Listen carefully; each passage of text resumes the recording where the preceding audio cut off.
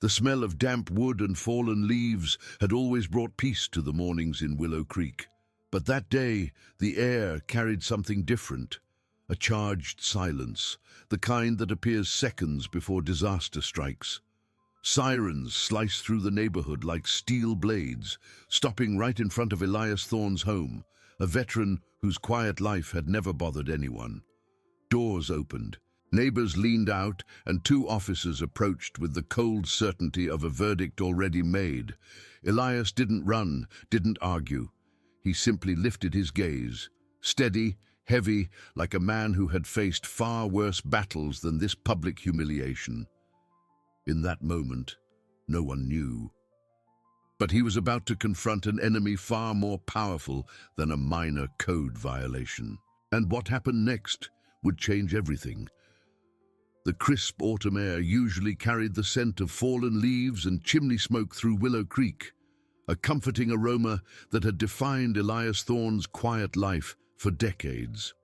But today, a different, acrid tang hung heavy, the metallic scent of fear and injustice. It began with the shrill wail of sirens, an unusual sound in their sleepy town, followed by the jarring sight of two patrol cars pulling up to Elias's modest, well-kept home. Neighbors, drawn by the commotion, peered from behind curtains, their faces etched with confusion. Elias, a man whose presence was as steady and unassuming as the ancient oak in his front yard, was being publicly apprehended by local law enforcement. The officers, their expressions stern and unyielding, moved with a practiced efficiency that felt utterly alien to the peaceful rhythm of the street. Elias, his silver hair a halo around a face weathered by time and unspoken battles, offered no resistance. He stood tall, his shoulders back, a posture ingrained from a lifetime of duty, even as the handcuffs clicked coldly around his wrists. It wasn't just an arrest. It was a profound, humiliating violation of the peace he had meticulously cultivated for years, a calculated first strike in a battle for his very home, his dignity, and the quiet legacy he thought he had secured. The few onlookers gasped, their murmurs of outrage a faint echo against the stark reality of the scene. The air hung heavy with unspoken questions, drawing everyone into a narrative where the odds were suddenly overwhelmingly stacked against a man who had already given so much. Elias Thorne was a man of quiet fortitude, his independence as unwavering as the sunrise. It was a trait forged in the crucible of past conflicts, making him fiercely reluctant to lean on others, even when circumstances grew dire. Beneath his reserved exterior lay a profound integrity, a moral compass that pointed true regardless of any personal cost. Yet, as he was led away, his internal world was a maelstrom. The clash between his fierce independence and the dawning, terrifying realization that he might finally have to accept help from others was a struggle that reopened old wounds of vulnerability. The heavy burden of past responsibilities pressing down on him. What could possibly lead to such a public spectacle? The charges were for a seemingly minor code violation on his property, an obscure ordinance concerning fence height that had suddenly been enforced with zealous scrutiny. It was a flimsy pretext designed to humiliate and disorient him, establishing an immediate, palpable injustice. At the precinct, during the initial processing, a seemingly insignificant piece of paperwork detailing a past community service award, a quiet recognition of his selfless acts, was quietly misfiled by an overly efficient yet secretly influenced clerk. It was a small act, almost imperceptible, but it subtly eroded his standing, the first hint of foul play in a system that suddenly felt rigged. The preliminary hearing was a blur of legal jargon and cold, impersonal procedures. The charges were presented with an exaggerated severity, painting Elias as a defiant nuisance, a stubborn old man obstructing progress. He felt the weight of public scrutiny, the cold, indifferent gaze of the legal system, as if his entire life was being reduced to a single, petty infraction. The initial legal fees, astronomical for someone living on a modest pension, were beyond his immediate means, threatening to derail his defense before it even began. He struggled with the emotional toll of having to recount his life, to defend his character against baseless accusations. His past service, once a source of quiet pride, now felt like a heavy burden, exposed and devalued. News of the arrest and the harsh charges spread like wildfire through Willow Creek, igniting a wave of indignation among neighbors who knew Elias's quiet integrity. This initial surge of support was a small beacon of hope, yet it also thrust him further into the spotlight, exposing his private life to public dissection. A young, earnest public defender, Sarah Jenkins, was assigned to his case. With sharp eyes and a keen mind, she quickly realized the charges were flimsy, almost laughably so. But she also sensed an underlying pressure from higher-ups to expedite a conviction, a subtle influence that hinted at the antagonist's reach. This made her not just determined, but cautious, understanding the uphill battle that lay ahead. Unbeknownst to Elias, a ruthlessly ambitious property developer, driven by an insatiable desire for expansion and profit, saw his modest property as the final critical piece in a lucrative redevelopment puzzle. This developer, whose fortune was whispered about in hushed tones, had a disdain for anything that stood in the way of their vision, including the history and emotional value attached to a war veteran's home. Their influence, backed by immense capital, extended even to local media, which initially portrayed Elias as an uncooperative elderly individual, subtly swaying public opinion against him, creating a narrative of inconvenience rather than injustice. The quiet man, once a symbol of steadfastness, now found himself caught in a web of bureaucracy and veiled threats, his future hanging precariously by a thread. He knew deep down this was just the beginning. He knew deep down this was just the beginning.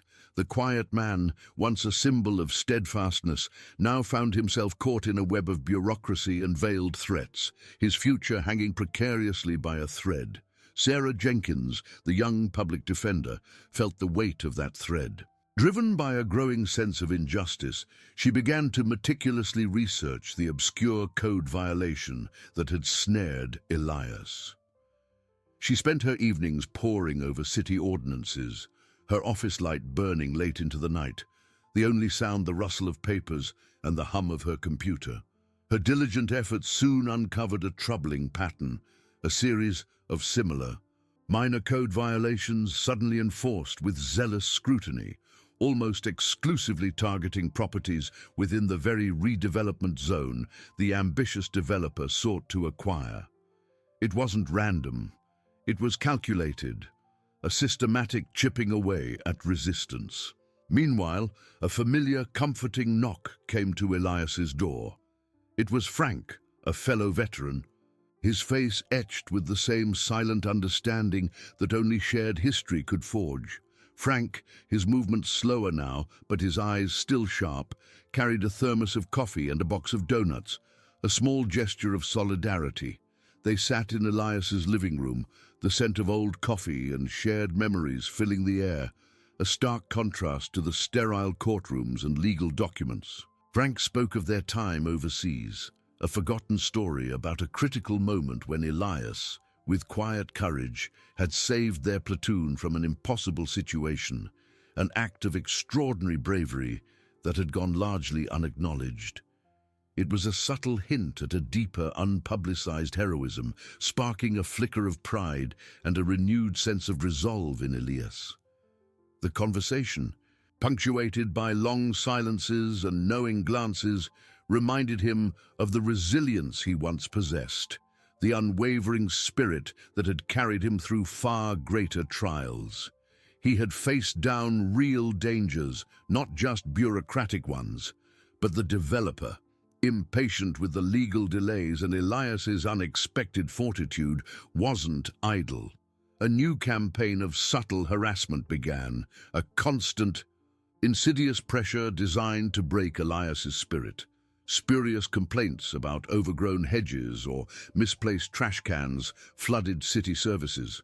Increased property inspections became a weekly torment, each visit a thinly veiled threat, a reminder that his home was constantly under siege. Veiled threats, delivered through intermediaries with polite smiles and cold eyes, hinted at the financial ruin that awaited him if he didn't comply. Elias felt his sanctuary, his quiet refuge, constantly under siege, the gentle hum of his refrigerator now sounding like a constant low-frequency threat, a symbol of the pervasive unease. The sheer volume of bureaucratic paperwork and legal jargon became an oppressive force, a mountain of indecipherable documents that overwhelmed Elias. He felt powerless, confused, lost in a labyrinth of legal complexities designed to wear him down. His health, though stable for his age, began to show signs of strain under the relentless stress. His hands, once steady and capable, trembled more often, a visible manifestation of the internal battle raging within him. The weight of it all was immense, threatening to crush his spirit and his already dwindling modest financial assets. Then came a significant setback, a move so brazen it confirmed Sarah's suspicions of a deeper conspiracy. A crucial historical document proving Elias's family ownership of the land for generations and containing specific easements vital to his case, mysteriously vanished from the county archives just before she requested it. One day, it was there, logged and filed. The next, it was gone, leaving no trace. This wasn't merely incompetence. It was a deliberate act, a clear sign that the fight was far more organized and sinister than she had initially thought. The developer's capital and influence were reaching far deeper than she could have imagined, manipulating the very fabric of the local administration. Galvanized by Sarah's findings and the escalating harassment, the community of Willow Creek refused to stand by. Neighbors who knew Elias's quiet dignity, who had seen his unwavering commitment to their town, began to organize. A grassroots support group formed, raising funds through bake sales and small donations, offering practical assistance with paperwork, and becoming a visible force against the antagonist. The warmth of their collective concerns slowly thawed Elias's guarded heart, a stark contrast to the cold indifference of the legal system.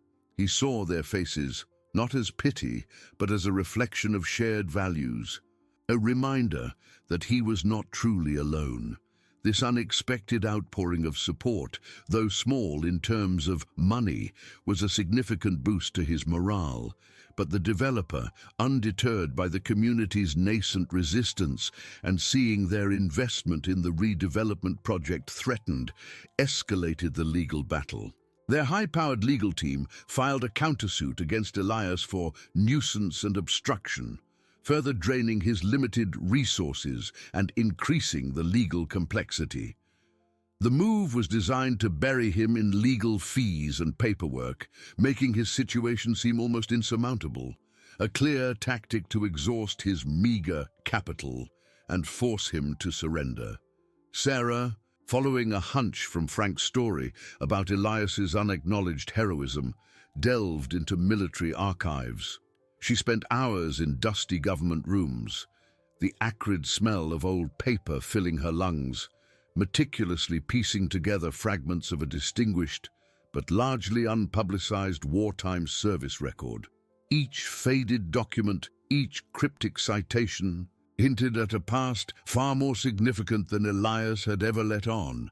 A local historian, intrigued by the case and Elias's quiet demeanor, stumbled upon an old newspaper clipping detailing a forgotten local ceremony where a veteran, matching Elias's description, was honored for an act of extraordinary bravery. The details were vague, almost intentionally obscured, but it added to the mystery, hinting at a deeper story yet to be told, a secret locked away in the annals of history. The pressure mounted relentlessly. The date for the decisive court hearing was set, a looming deadline that intensified the urgency on all sides. Elias felt the weight of his entire life hanging in the balance, the ticking clock a constant reminder of his dwindling time. Every day brought new anxieties, new fears, as he braced himself for the battle that would determine the fate of his home, his legacy, and his peace. Every day brought new anxieties, new fears, as he braced himself for the battle that would determine the fate of his home, his legacy, and his peace. The weight of the upcoming hearing pressed down on Elias like a physical burden, making his quiet routine feel heavy with foreboding. Sarah, however, saw the looming date as a galvanizing force. She intensified her efforts, driven by a relentless pursuit of justice that burned brighter with each passing day. She knew the developers' vast capital and influence meant they would leave no stone unturned, and she needed to be 2 steps ahead. Her first lead came from a tentative phone call. A whisper from a former employee of the developer, a man named Mr. Henderson, who had hinted at shady dealings. He had agreed to meet Sarah in a discreet diner on the edge of town, his voice hushed and nervous. Sarah arrived early, a legal pad open before her, ready to transcribe every detail. But when Mr. Henderson finally appeared, his face was pale, his eyes darting nervously around the room. He sat down, barely touching his coffee, and spoke in a low, frantic tone. He had been visited, he explained, by 2 impeccably dressed men who had made it clear that speaking to anyone, especially a public defender, would have severe consequences for his entire livelihood. They knew about his children's college tuition, his mortgage, his modest EU assets. The veiled threats, though never explicitly violent, had been chillingly effective. He apologized profusely, his voice cracking, then quickly left, leaving Sarah with nothing but a cold cup of coffee and a renewed understanding of the ruthlessness she was up against. The developers' reach extended far beyond the courtroom. They were actively silencing anyone who might expose their true motives, protecting their immense potential profit from Elias's land. This setback, though disheartening, only solidified Sarah's resolve. She would have to find another way. The disappearance of Elias's historical property document continued to gnaw at Sarah. It was too convenient, too precise. She returned to the county archives, not as a casual researcher, but as a detective. She spoke to every clerk, every archivist, piecing together fragments of information. She reviewed logbooks, security footage from weeks prior, and even the cleaning schedules. The official story was always the same: misplaced, under review, inaccessible. But Sarah noticed a pattern, a subtle shift in the typical bureaucratic flow. A series of unusual access requests and an inexplicable gap in the digital tracking system for that specific document. It was a digital ghost, wiped clean. Then, a junior clerk, new to the job, and still untainted by the system's insidious undercurrents, remembered a specific request from a municipal official, Mr. Davies, weeks before Sarah's initial inquiry. He had seemed unusually interested in historical land surveys for the area, specifically Elias's property. The clerk remembered because Mr. Davies had been unusually insistent, even for an official, and had personally taken the document, signing it out with an almost illegible flourish that had seemed odd at the time. The pieces clicked into place with a chilling clarity. The document hadn't been misplaced. It had been deliberately removed. This wasn't just a legal dispute over a fence. It was a clear case of corruption, orchestrated from within the very system meant to protect its citizens. A new fire ignited within Sarah, a fierce determination that transcended professional duty. This was personal now. The stakes had just been raised exponentially. Sarah knew she couldn't simply accuse a municipal official without irrefutable proof. Her mind raced, sifting through procedures, protocols, and possibilities. She remembered a practice she had adopted early in her career, a small, discreet recording device she routinely placed in her briefcase during sensitive interviews, especially when dealing with officials or powerful entities. It was a safeguard, a way to protect her clients and herself from misrepresentation or intimidation. She had used it during her earlier, less formal conversation with Mr. Davies when she first inquired about the code violations, a conversation that had seemed innocuous at the time. Now, she meticulously reviewed the recording. Static and muffled at first, then with careful filtering, a clearer audio emerged. It wasn't a confession, but it contained enough veiled suggestions, enough leading questions from Mr. Davies about Elias's stubbornness and the need to clear the path for progress, to establish a pattern of undue influence and a clear interest in the property beyond official duties. It was circumstantial, but it was a start. Armed with this new, albeit delicate, evidence, Sarah decided on a bold move. She requested an urgent private meeting with Mr. Davies, citing new developments in Elias's case. The official, seemingly confident in his position and unaware of Sarah's discovery regarding the document, agreed.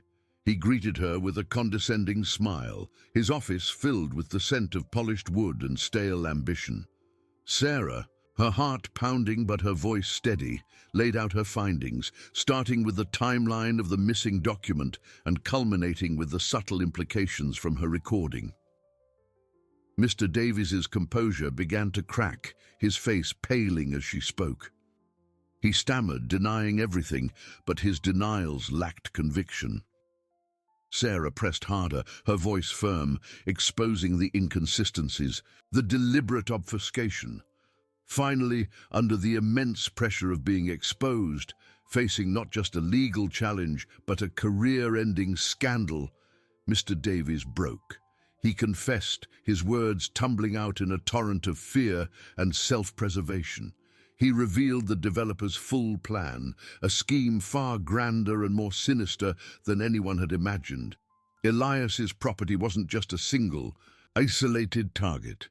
It was the linchpin, the crucial piece of land needed to unlock an entire historical section of Willow Creek.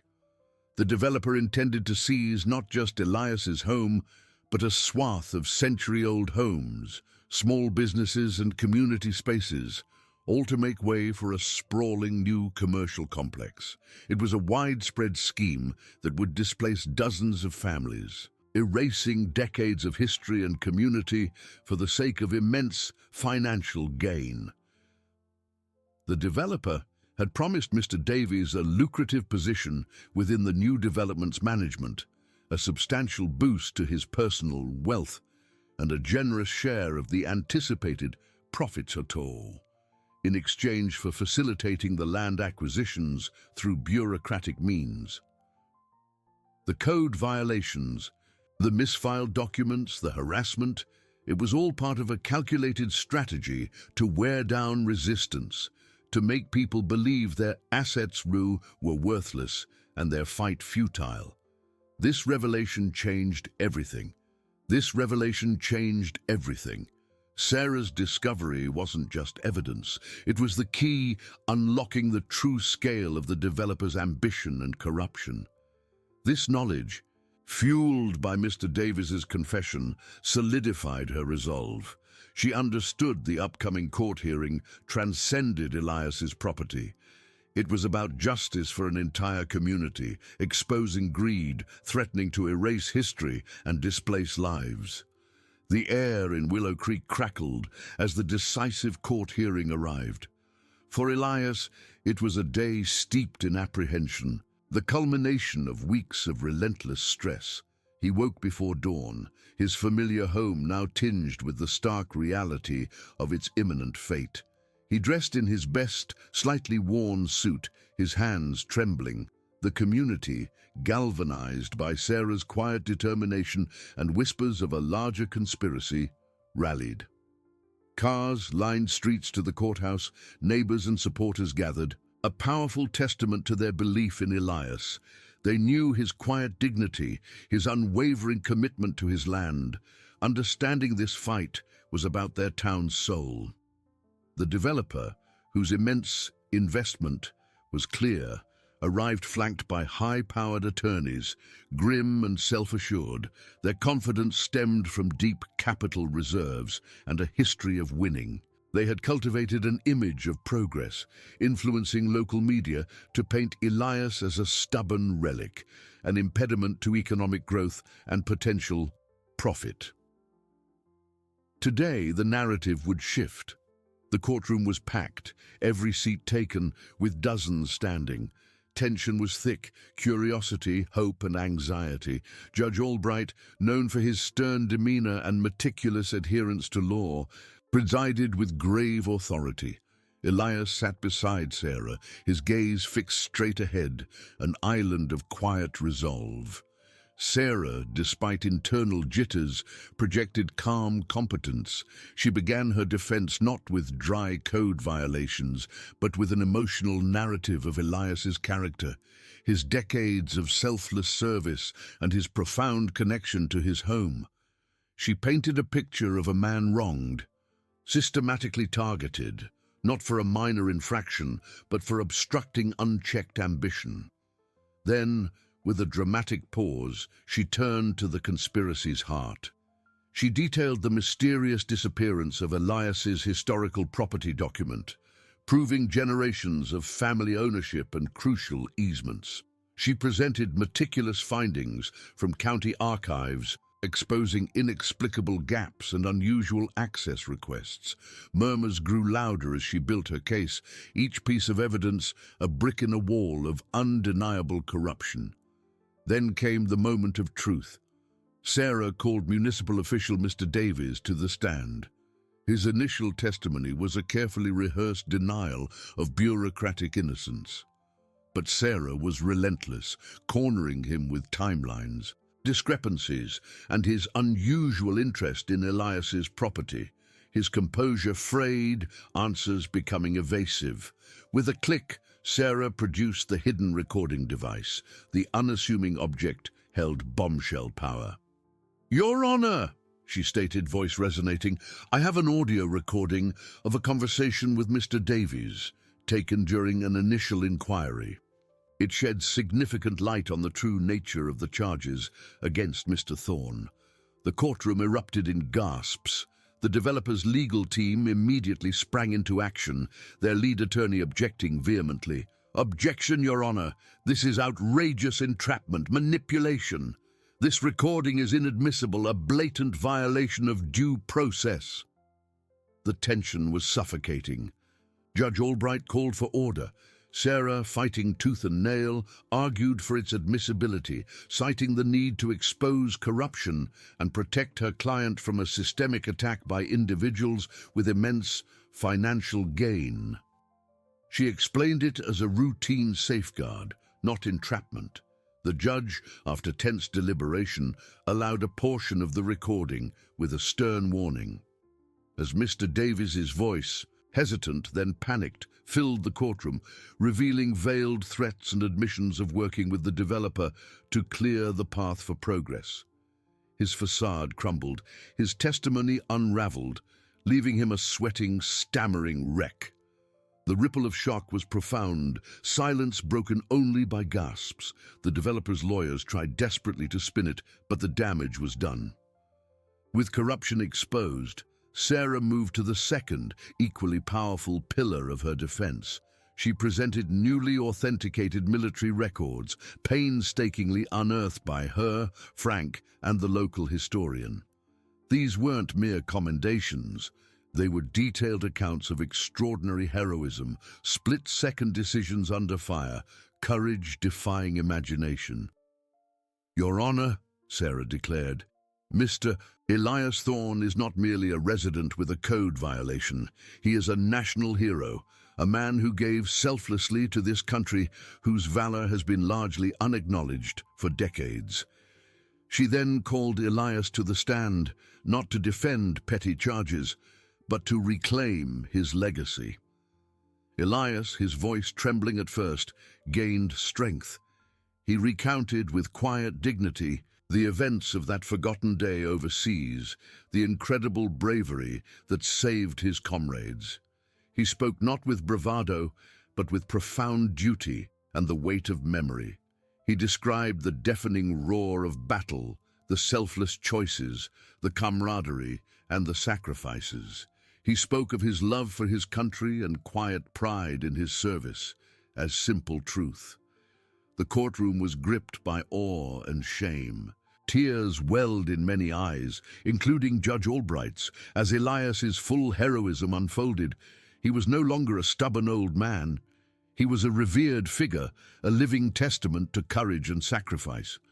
Public sentiment shifted overwhelmingly in his favor, a wave of empathy washing over skeptical faces. The developer's narrative of Elias as an inconvenience shattered, replaced by undeniable honor. The sheer weight of his service, a life dedicated to something greater than personal wealth or profit, resonated deeply. The developer's vast capital and influence seemed insignificant against the moral force of Elias's truth. The judge, visibly moved, presented with undeniable evidence of both corruption and Elias's distinguished service, cleared his throat, his gaze sweeping the courtroom. Given the irrefutable evidence, Judge Albright began, voice firm and clear, this court finds Mr. Elias Thorne not guilty of all charges. Furthermore, this court finds sufficient evidence of systemic corruption and undue influence in the attempts to seize Mr. Thorne's property. A collective gasp, then cheers, erupted. The judge's gavel pounded for order, but relief and joy were undeniable. All charges against Mr. Thorne are hereby dismissed. His property rights are fully restored, and I hereby order a full, immediate investigation into the practices of the defendant developer and all implicated municipal officials. The developer's legal team sat stunned, faces masks of disbelief. The cool air in the courtroom suddenly felt lighter, breathable. Elias, for the first time in weeks, allowed a small, tired smile, a silent acknowledgement of justice finally served. The courtroom erupted in a mix of relief and cheers. The courtroom erupted in a mix of relief and cheers. Elias, for the first time in weeks, allowed a small, tired smile, a silent acknowledgement of justice finally served. The cool air in the courtroom suddenly felt lighter, breathable. Sarah Jenkins, her face streaked with tears of triumph, reached out and gently squeezed Elias's arm, a gesture of profound respect and shared victory. The developer's legal team, however, sat stunned, their polished demeanor crumbling into masks of disbelief. Their lead attorney, a man whose entire career was built on the unshakable foundation of immense corporate wealth and strategic legal maneuvers, looked utterly defeated, his carefully constructed arguments shattered by the raw truth Elias had presented. As Judge Albright pounded his gavel once more to restore order, the gravity of his verdict resonated beyond the immediate relief. He had not only cleared Elias's name, but had also torn down the veil of corruption that had threatened to consume a cherished part of Willow Creek. The judge's final words, ordering a full investigation into the developer's practices and all implicated municipal officials, hung in the air, a promise of accountability that sent shivers through those who had quietly benefited from the scheme. Mr. Davies, the municipal official, was quickly escorted from the courtroom, his face ash-grey, his career and any future profit from illicit dealings evaporated in an instant. Outside the courthouse, a different kind of storm was brewing, a whirlwind of media attention. Reporters, who had initially painted Elias as a stubborn old man, now clamored for a statement, their cameras flashing, eager to capture the story of a national hero. The community, a sea of familiar faces, surged forward, their cheers a powerful testament to their unwavering support. They enveloped Elias and Sarah, offering hugs, handshakes, and tearful congratulations. Elias, usually reserved, felt an unfamiliar warmth spread through him, a deep sense of gratitude for this unexpected outpouring of human connection. He had fought this battle for his home, but in doing so, he had inadvertently fought for the soul of his town. Sarah, standing beside him, her voice hoarse from the day's emotional battle, spoke to the gathered press with quiet conviction. She emphasized that this was not just a victory for Elias Thorne, but for every citizen whose home and assets were threatened by unchecked corporate greed. She vowed to cooperate fully with the ensuing investigation, ensuring that justice would be served not just in this case, but in exposing the wider network of corruption. Her determination, initially fueled by a sense of professional duty, had transformed into a fierce commitment to upholding the very principles of fairness and integrity. In the days that followed, Willow Creek buzzed with activity. The developers' grand plans for a sprawling new commercial complex, once seemingly inevitable, were now dead in the water. The investigation ordered by Judge Albright quickly gained traction, uncovering a labyrinth of shady land deals, falsified documents, and backroom agreements designed to maximize profit at the expense of the community. Several other municipal officials, implicated by Mr. Davies's confession and further evidence, were suspended, their once secure positions and aspirations for greater wealth collapsing around them. The developers' carefully built empire, fueled by massive capital and aggressive investments, suddenly found itself under intense scrutiny, its reputation severely tarnished. Elias, meanwhile, found a newfound peace. The constant hum of unease that had plagued his home for weeks had vanished, replaced by the familiar quiet comfort he cherished. He sat on his porch, sipping coffee, watching the leaves fall, but now with a lightness in his heart that had been absent for too long. His old friend Frank visited often, bringing not just coffee, but a sense of shared history and camaraderie. They would talk for hours, reminiscing about their service, Elias finally comfortable in sharing the stories he had kept locked away for decades. The community continued its support, offering to help with repairs, bringing meals, and simply stopping by to chat, a constant reminder that he was truly valued. One afternoon, a formal letter arrived, bearing the emblem of a national veterans organization. Sarah had quietly reached out to them, knowing that Elias's story transcended local interest. The organization, having followed the dramatic court case and the revelation of Elias's extraordinary heroism, was deeply moved. They saw in him not just a veteran wronged, but a symbol of the quiet sacrifices made by countless service members whose stories often go untold. They were aware that the developers' plans had threatened to erase not just Elias's home, but a significant piece of local history, and they were determined to prevent that. The letter outlined an incredible offer. The organization wanted to provide Elias with full support and recognition, not just for his recent legal victory, but for his decades of distinguished, unacknowledged wartime service. They proposed to fund a comprehensive historical preservation project for his home and the surrounding area. This wasn't just about restoring his property. It was about safeguarding the entire historical section of Willow Creek that the developer had coveted. Their substantial funds, gachos, and resources would ensure that his legacy and the history of his community would be honored permanently, thwarting any future attempts at redevelopment. Elias, reading the letter aloud to Sarah and Frank, felt a surge of emotions.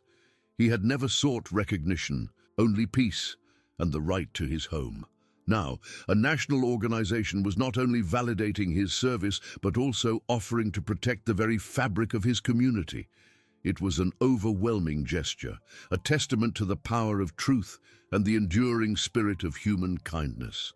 His quiet home, once a target of avarice and bureaucratic manipulation, was now poised to become something far greater, a symbol of resilience, a monument to the enduring spirit of a true hero, and a beacon of hope for communities facing similar threats.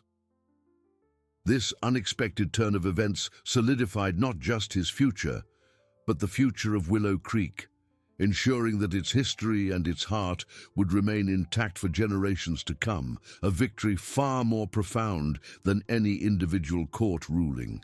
This profound triumph extended far beyond the confines of the courthouse walls, echoing through the heart of Willow Creek and promising a future where its cherished history would stand unyielding against the tides of unchecked ambition.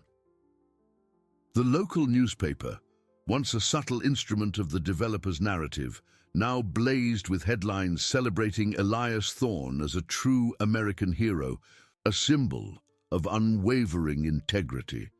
Television crews from regional news channels descended upon the town, eager to broadcast the story of a quiet veteran who had stood his ground against powerful forces, reminding everyone of the enduring spirit of justice in a small-town America. The community, still buzzing with the fervor of their victory, organized an impromptu celebration in the town square, a vibrant display of unity and pride. Children waved small American flags, veterans proudly wore their service caps, and neighbors embraced, their faces beaming with a collective sense of accomplishment. Elias, though still somewhat overwhelmed by the sudden spotlight, found himself at the center of this heartfelt tribute, accepting their genuine appreciation with a quiet grace that only amplified his stature. Sarah Jenkins, standing by his side, was hailed as a local champion, her legal acumen and unyielding determination having saved not just a home, but the very soul of Willow Creek. The developer's empire, once seemingly impregnable, began to show significant cracks. The extensive investigation ordered by Judge Albright moved swiftly, unraveling a complex web of deceit. It wasn't long before headlines exposed not just the falsified documents and backroom deals, but also the sheer scale of the developer's capital and investment in the illicit scheme, all aimed at generating unprecedented profit. The company's assets were frozen, and multiple lawsuits from other property owners who had been similarly harassed began to pile up. The municipal officials involved, including Mr. Davies, faced swift and severe consequences. Their careers and any hopes of future wealth or financial gain shattered. The promise of lucrative positions or a share of the developer's money, which had once seemed so enticing, now vanished like smoke. The community watched with a sense of grim satisfaction as justice, slow but resolute, dismantled the corrupt enterprise piece by agonizing peace. This wasn't just a legal victory. It was a moral reckoning that reaffirmed the values of their tight-knit town. Back at his familiar home, Elias found a newfound tranquility. The constant hum of unease that had plagued his sanctuary for weeks had finally vanished, replaced by the comforting sounds of his old clock ticking and the gentle rustle of leaves outside his window. He spent his mornings on the porch, sipping coffee, watching the world go by with a lightness in his heart that had been absent for too long. His old friend, Frank, became an even more frequent visitor, their shared history now a source of deep comfort and strength. They would talk for hours, not just about the recent ordeal, but reminiscing about their service. Elias, finally comfortable in sharing the stories he had kept locked away for decades, he spoke of the camaraderie, the sacrifices, and the quiet moments of bravery that defined their youth. His voice filled with a dignity that captivated Frank. The community, too, continued its unwavering support, offering to help with repairs, bringing meals, and simply stopping by to chat. A constant reminder that he was truly valued, a pillar of their collective memory.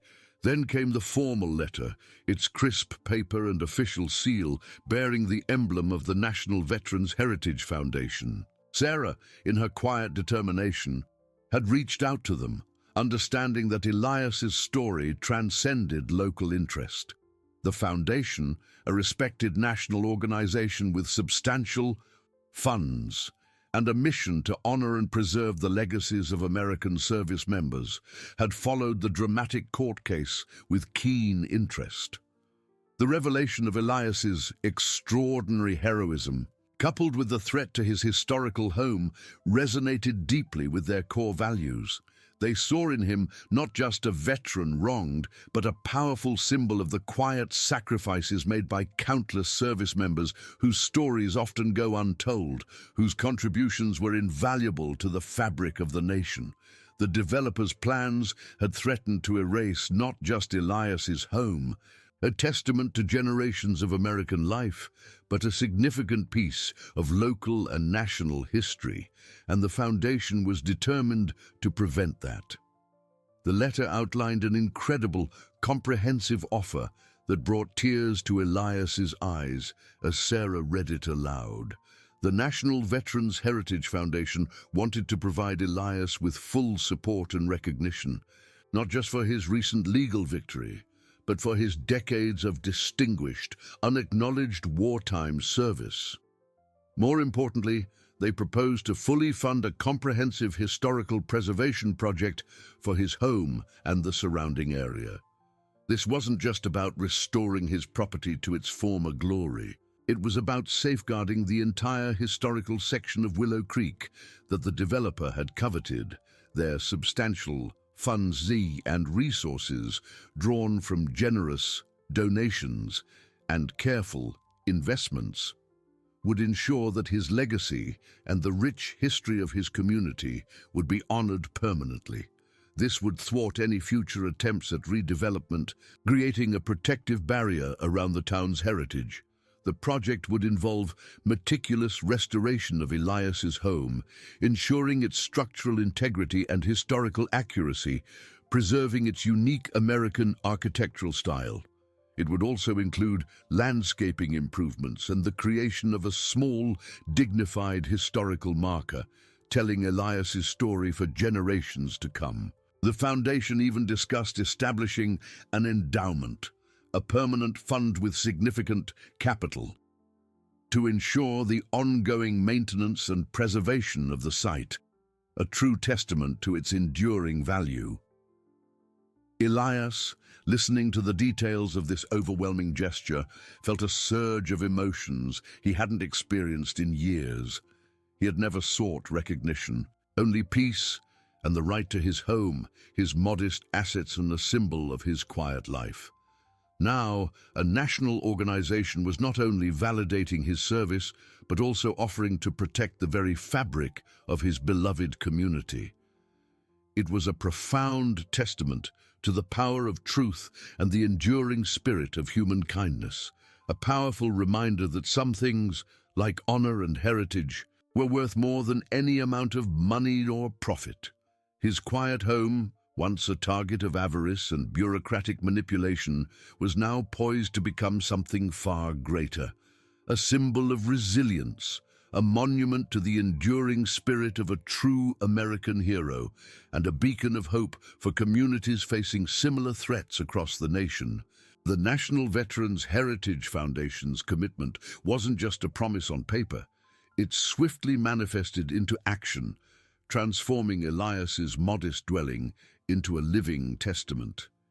Teams of architects specializing in historical preservation, alongside skilled craftsmen, arrived in Willow Creek, their blueprints detailing not just repairs, but a meticulous restoration aimed at honoring the home's unique American architectural style and historical accuracy. The project was far-reaching, extending beyond Elias's property lines to encompass landscaping improvements and the careful placement of a dignified historical marker. This marker, crafted from local stone and bronze, would tell Elias's story for generations to come, ensuring that the quiet courage of a true American hero would never again fade into obscurity. It was a profound act of remembrance, ensuring that the echoes of his valor would reverberate through the community and across the nation. Elias, watching the flurry of activity, felt a profound sense of peace settle over him.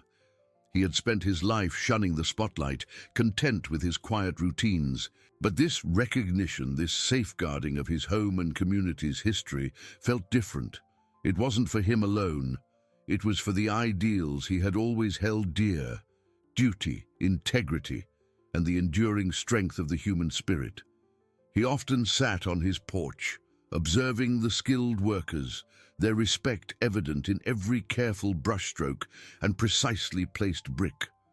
Frank, his old friend, would often join him, sharing stories and quiet laughter, a comforting presence amidst the transformation. Their conversations now held a lighter tone, tinged with gratitude rather than the heavy burden of the legal battle. The community, still buzzing with pride, continued to offer support, bringing homemade pies, sharing coffee, and stopping by just to chat. Their collective warmth, a constant reminder of the deep bonds forged in shared adversity. Meanwhile, the investigation into the developers' practices, spurred by Judge Albright's unequivocal verdict, escalated rapidly. Federal authorities, alerted to the scale of the corruption, joined the local task force, unraveling a complex web of deceit that stretched far beyond Willow Creek. Headlines in national newspapers, once focused on Elias's heroism, now detailed the developers' illicit business dealings, the falsified documents, and the backroom agreements designed to maximize profit at the expense of countless communities. The company's assets, including sprawling land holdings and a substantial investment portfolio, were frozen, pending the outcome of multiple lawsuits. The sheer magnitude of their ill-gotten capital was staggering, a stark contrast to the modest funds Elias had fought to protect. Municipal officials, including Mr. Davies, faced severe consequences. Their careers shattered, their aspirations for greater wealth and financial gain evaporated.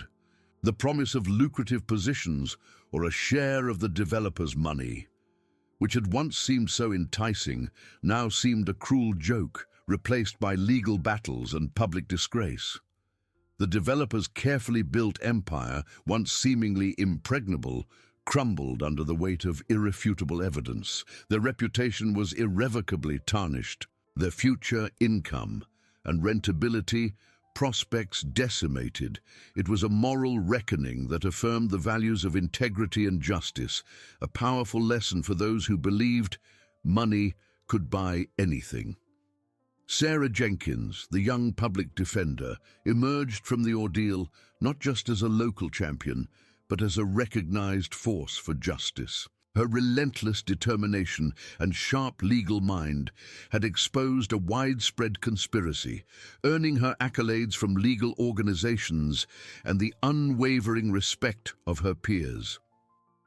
She was offered a prestigious position at a national civil rights firm, a move that would allow her to continue fighting for the vulnerable against powerful, corrupt entities. Though she cherished her time in Willow Creek, she knew her fight was far from over, and her new role would amplify her impact, ensuring that the lessons learned from Elias's case would inspire similar victories across the country. She carried the memory of Elias's quiet dignity as a constant source of inspiration, a reminder of why she chose this demanding path. The National Veterans Heritage Foundation went beyond simply preserving Elias's home. They established an endowment, a permanent fund with significant capital drawn from generous donations and careful investments to ensure the ongoing maintenance and preservation of the site. It was a testament to the enduring value of Elias's story and the historical significance of his home. The foundation also worked with local educators to develop curriculum materials, using Elias's experience to teach students about American history, civic duty, and the importance of standing up for what is right. His home became a living museum, a place where visitors could learn about the sacrifices made by veterans and the resilience of communities in the face of adversity. It was a place where generations could connect with the past, understanding that true heroism often resides in the quiet fortitude of ordinary people. Elias, though still preferring his quiet life, embraced his new role as an accidental guardian of history. He would occasionally greet visitors, sharing stories with a gentle smile, his eyes twinkling with the wisdom of a life well lived. He found immense satisfaction in knowing that his home, once a pawn in a greedy scheme, was now a symbol of something far greater, a beacon of hope, a monument to the enduring spirit of America. The story of Elias Thorne, the elderly veteran arrested for a minor code violation, spread far and wide, inspiring countless individuals and communities. It became a powerful narrative on national news programs, a compelling example of how collective action and unwavering integrity could triumph over corruption and avarice. His quiet fortitude, once known only to a few, now resonated as a testament to the strength found in standing firm for justice and heritage. His once modest property, now a meticulously preserved landmark, stood as a testament to the power of a community united and the unyielding spirit of a man who refused to be broken. It became a destination for veterans, historians, and ordinary citizens seeking inspiration, a place where the echoes of a forgotten hero's valor could be felt. The project also brought new investment into Willow Creek, not for corporate greed, but for sustainable tourism and local business and development. The town, once threatened with displacement, now thrived, its unique character preserved, its future secured. Elias often reflected on the incredible journey from the humiliating public arrest to the heartwarming national recognition. He understood now that his fight was never just about his fence or his home. It was about the fundamental principles of fairness, dignity, and the legacy of all those who served. This profound understanding settled within Elias like the quiet wisdom of age, transforming his solitude into a serene sense of belonging. The initial bewilderment at the sudden celebrity had given way to a deep, quiet pride, not for himself, but for the renewed appreciation of service and justice his story ignited. His once modest property, now under the watchful eye of the National Veterans Heritage Foundation, began its remarkable metamorphosis. Architects and preservationists, their hands skilled and reverent, meticulously worked to restore every detail of his century-old home. They spoke of historical integrity and architectural authenticity, terms that Elias had never considered but now understood as safeguarding the very essence of his family's past. The foundation's investment was substantial, a testament to their unwavering commitment. They poured significant funds not only into Elias's house, but also into a broader initiative to preserve the surrounding historical district. This comprehensive project ensured that the charming tree-lined streets and quaint storefronts that defined Willow Creek would remain untouched by the developer's greed. Instead of a soulless commercial complex, the area would flourish as a vibrant historical landmark, drawing visitors who sought a glimpse into authentic American heritage. This, in turn, spurred new, sustainable business and development within the town, focusing on local artisans, historical tours, and community-centric enterprises. The modest income generated from these ventures flowed directly back into the town, creating a virtuous cycle of preservation and prosperity. Elias often found himself sitting on his newly refurbished porch, a fresh coat of historically accurate paint gleaming in the sunlight, watching the transformation unfold. He'd chat with the craftsmen, sharing old stories of the house and the town, each anecdote carefully noted by the preservationists. Frank, his loyal friend, was a constant presence, their conversations now filled with a comfortable ease, the shadows of the legal battle replaced by the warm glow of shared victory. Elias found joy in simple moments. The scent of freshly cut lumber, the gentle tap of a restorer's hammer, the laughter of children playing in the park across the street, a park that, thanks to his fight, would remain a park, not a parking lot. The developer's downfall was swift and catastrophic.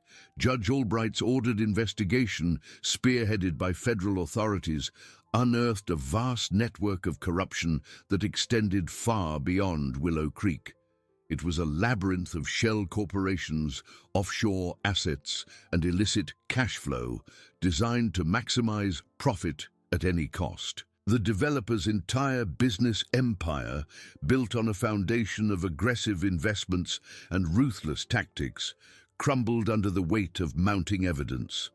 Their capital, once seemingly limitless, was now frozen, subject to billions of dollars in fines and restitution. Multiple lawsuits, not just from Elias, but from countless other property owners across the region who had suffered similar harassment, piled up, each one chipping away at their remaining wealth. The once feared multi-millionaire, behind the scheme, faced criminal charges. His carefully cultivated image of a visionary entrepreneur replaced by that of a disgraced criminal. The municipal officials involved, particularly Mr. Davies, faced severe legal and professional repercussions, stripped of their positions, their aspirations for political fortune and personal wealth evaporated into public ignominy. The lure of the developer's money, the promise of lucrative positions or a share of the anticipated profit, now seemed a cruel, distant memory, replaced by the grim reality of legal battles and shattered reputations. This moral reckoning served as a stark reminder that even immense capital and influence could not ultimately subvert justice when a community stood united. Sarah Jenkins, the young public defender whose quiet determination had exposed the conspiracy, found her life irrevocably changed. The Elias Thorne case, initially a challenging pro bono assignment, had launched her onto a national stage. She received numerous offers, ultimately accepting a prestigious position at a national civil rights firm in Washington, D.C. Her new role would allow her to continue fighting for the vulnerable against powerful, corrupt entities, amplifying her impact far beyond the small-town courthouse. She carried the memory of Elias's quiet dignity and unwavering spirit as a constant source of inspiration, a reminder of why she chose this demanding path, a path not for personal wealth, but for justice. The National Veterans Heritage Foundation, having secured Elias's home in the historical district, didn't stop there. They established a permanent fund, an endowment with significant capital drawn from generous donations and careful investments, to ensure the ongoing maintenance and preservation of the site for generations to come. This ensured that the story of Elias Thorne would be forever woven into the fabric of American history. They also collaborated with local educators to develop curriculum materials, transforming Elias's experience into a powerful teaching tool. Students from across the nation would visit Willow Creek, learning about American history, civic duty, and the profound importance of standing up for what is right. Elias's home became more than just a house. It became a living museum, a place where visitors could connect with the past, understanding that true heroism often resides in the quiet fortitude of ordinary people. Elias, though still preferring his quiet life, embraced his new role as an accidental guardian of history. He would occasionally greet visitors, his gentle smile and eyes now twinkling with the wisdom of a life well lived, inviting them to share in the stories of his home and his service. He found immense satisfaction in knowing that his home, once a pawn in a greedy scheme, was now a symbol of something far greater, a beacon of hope, a monument to the enduring spirit of America. His legacy, once hidden, was now proudly displayed for all to see, a testament to the power of one man's integrity against overwhelming odds. The story of Elias Thorne, the elderly veteran arrested for a minor code violation, continued to spread far and wide, inspiring countless individuals and communities across the United States. It became a powerful narrative on national news programs and documentaries, a compelling example of how collective action and unwavering integrity could triumph over corruption and avarice. His quiet fortitude, once known only to a few in Willow Creek, now resonated across the nation as a testament to the strength found in standing firm for justice and heritage. His once modest property, now a meticulously preserved landmark, stood as a testament to the power of a community united and the unyielding spirit of a man who refused to be broken. It became a cherished destination for veterans, historians, and ordinary citizens seeking inspiration, a place where the echoes of a forgotten hero's valor could be felt. This new era for Willow Creek brought not only a preservation of its past, but a vibrant future. The National Veterans Heritage Foundation's substantial investment into the town's historical district spurred a wave of respectful tourism, creating new local businesses that celebrated its unique character. Small shops selling handcrafted goods flourished, cozy cafes opened their doors, and guided historical tours, often led by enthusiastic community members, became immensely popular. This influx of dollars brought sustainable income to the residents, a far cry from the exploitative profits the developer had envisioned. Elias's home, now a meticulously restored jewel, stood proudly at the heart of this revitalization, a living monument to the principle that heritage and community spirit were priceless assets, far outweighing any short-term financial gain. The developer, whose name had become synonymous with greed and corruption, faced a relentless onslaught of legal challenges. The federal investigation, sparked by Judge Albright's unwavering verdict, unearthed a labyrinth of illicit business practices that extended far beyond Willow Creek. Their vast capital and sprawling investments were systematically dismantled.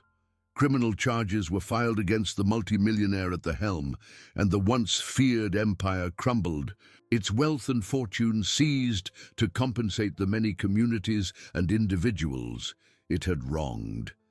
The municipal officials, including Mr. Davies, were not only stripped of their positions, but also faced severe legal penalties, their dreams of personal wealth replaced by public disgrace and shattered careers. It was a powerful, resounding affirmation that justice, though sometimes slow, would ultimately prevail, holding even the most powerful accountable. Sarah Jenkins, the young public defender, accepted her prestigious position at a national civil rights firm in Washington, D.C., carrying the unwavering spirit of Elias Thorne with her. She became a tireless advocate for the vulnerable, her sharp legal mind and fierce determination now impacting cases across the nation. The story of Willow Creek and Elias became a cornerstone of her advocacy, a compelling narrative she shared in courtrooms and legislative halls, inspiring others to stand firm against injustice.